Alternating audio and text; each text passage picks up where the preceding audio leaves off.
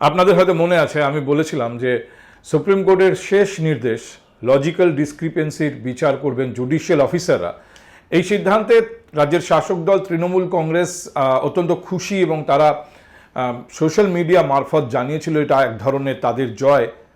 আমার মনে হয়েছিল যে আসলে এই সিদ্ধান্ত তৃণমূল কংগ্রেসের পক্ষে খুব একটা যাচ্ছে বলা যাবে না, বা তাদের বিরাট কিছু খুশি হওয়ার কোনো কারণ ঘটেনি।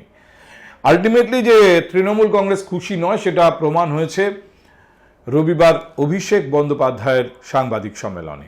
সেখানে কিন্তু তিনি যথেষ্ট উষ্মা প্রকাশ করেছেন।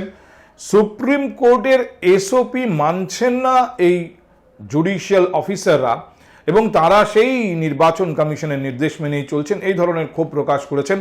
ইনফ্যাক্ট এই ক্ষোভ সুপ্রিম কোর্টের সামনেও প্রকাশ করেছিলেন তৃণমূল কংগ্রেসের আইনজীবী, কিন্তু সুপ্রিম কোর্ট এই বিষয়টিকে আমল দেয়নি। আসলে কিভাবে এই লজিক্যাল ডিসক্রিপেন্সির বিচার হবে, কোন কোন নথিকে গুরুত্ব দেওয়া হবে, এ ব্যাপারে সিদ্ধান্ত নেওয়ার ক্ষমতা নির্বাচন কমিশনেরই।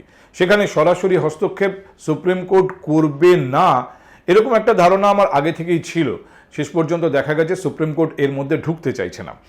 কিন্তু সবথেকে বড় যে প্রশ্নটা, যখন এই অ্যাপারেন্টলি চূড়ান্ত ভোটার তালিকা প্রকাশিত হয়ে গেল, যে চূড়ান্ত ভোটার তালিকাকে চূড়ান্ত বলতে আমি রাজি নই, আপনাদের আগেই বলেছি কেন।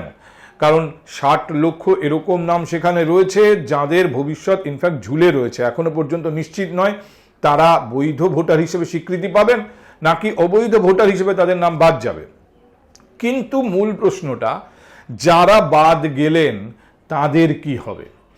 আজ যারা অবৈধ ভোটার হয়ে গেলেন, কাল কি তারা অবৈধ নাগরিক হয়ে যাবেন? এই প্রশ্নটা আজ নয় কাল, কাল নয় পরশু উঠবেই। ইনফ্যাক্ট ইতিমধ্যেই উঠতে শুরু করেছে। কলকাতায় রবিবার সাংবাদিক সম্মেলন করেছে দেশ বাঁচাও গণমঞ্চ বলে একটি সংগঠন, এবং সেখানে তারা আশঙ্কা প্রকাশ করেছে যে এই নির্বাচন মিটে যাওয়ার পরে, 5টি রাজ্যের নির্বাচন মিটে যাওয়ার পরেই কেন্দ্রীয় সরকার পশ্চিমবঙ্গে নাগরিকত্ব সংশোধনী আইন প্রয়োগ করার চেষ্টা করবে, যার ভিত্তি হবে এই এসআইআর, এবং কারা বৈধ ভোটার হিসেবে চিহ্নিত হয়েছেন, কারা অবৈধ ভোটার হিসেবে চিহ্নিত হয়েছেন। দেখুন, নির্বাচন কমিশনকে এই প্রশ্ন করা হয়েছিল সাংবাদিক সম্মেলনে, রাজ্যের মুখ্য নির্বাচনী আধিকারিকের সাংবাদিক সম্মেলনে, যে ভোটার তালিকা থেকে বাদ যাওয়া মানেই কি তিনি অবৈধ নাগরিক হয়ে গেলেন? নির্বাচন কমিশন যে উত্তর দিয়েছে সেই উত্তরকে সম্পূর্ণ উত্তর বলা যাবে না।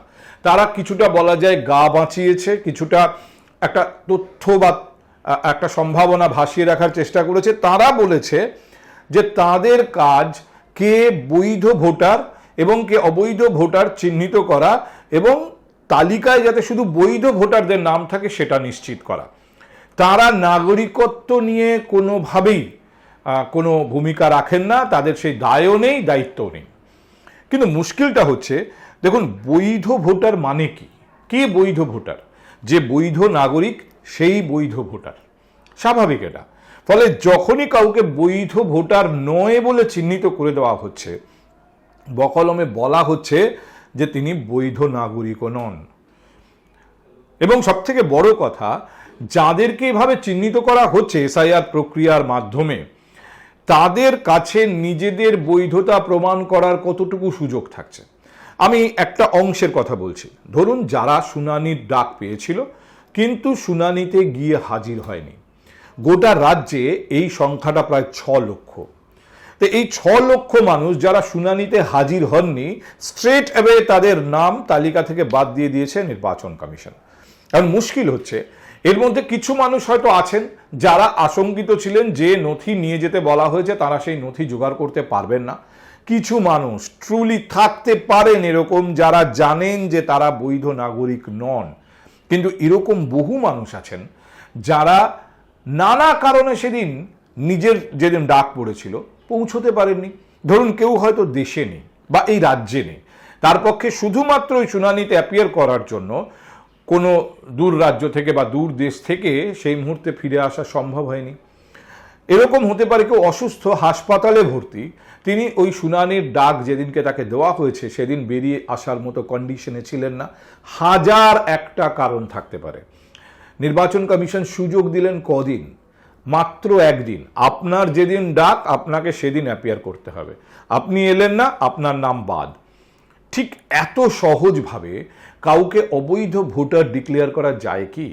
এত সহজভাবে কারোর ভোটের অধিকার কেড়ে নেওয়া যায় কি? কারণ ইমপ্লিকেশন হচ্ছে আজকে আপনি অবৈধ ভোটার, কালকে আপনি চিহ্নিত হয়ে যাবেন অবৈধ নাগরিক হিসেবে, সেটা নির্বাচন কমিশন করুক বা অন্য কোনো এজেন্সি করুক। কিন্তু আপনি যেই মুহূর্তে অবৈধ ভোটার হিসেবে চিহ্নিত হচ্ছেন, আপনার নামের পাশে একটা এক্সক্লেমেটরি সাইন বসে যাচ্ছে যে আপনি আদৌ ভারতবর্ষের বৈধ নাগরিক। তো কে প্রমাণ করবেন আপনি বৈধ কিনা? আপনাকেই প্রমাণ করতে হবে, নির্বাচন কমিশনের কোনো দায় থাকছে না। এই পয়েন্টটাকে আমার ধারণা সর্বোচ্চ আদালত নিশ্চয়ই একটা অন্য মাত্রায় গ্রহণ করবে, এটাকে আলাদা গুরুত্ব দেবে।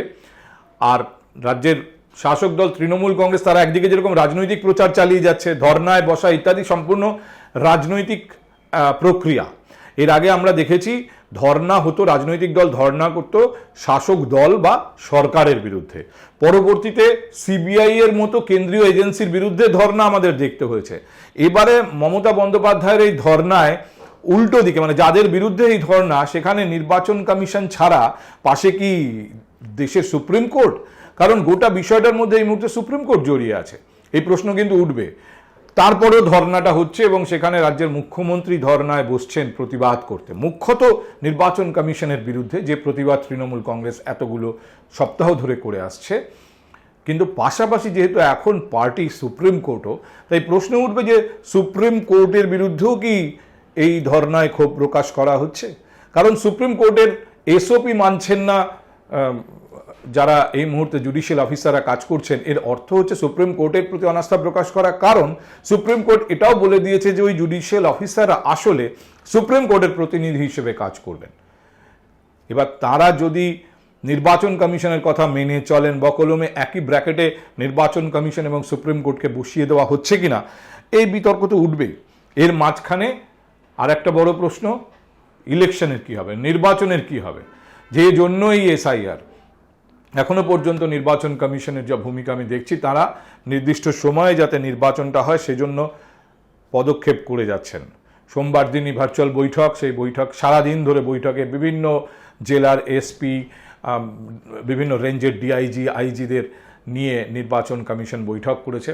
কিন্তু আবার এই সঙ্গে এটাও দেখতে হবে যে এই নির্বাচন কমিশনের সঙ্গে রাজ্য সরকারের তথা রাজ্যের শাসক দলের দ্বৈরথ এমন পর্যায়ে গেছে যে মুখ্য নির্বাচন কমিশনার তার কিছু টিমমেটস নিয়ে এই রাজ্যে আসার কথা, যেখানে নির্বাচন হয় এটাই রীতি যে মুখ্য নির্বাচন কমিশনার একটা টিম নিয়ে আসেন সেখানে শেষ মুহূর্তের পর্যালোচনা করার জন্য, যা তারা ইতিমধ্যে আসামে করে ফেলেছেন, তামিলনাড়ুতে করে ফেলেছেন সেখানে গিয়ে।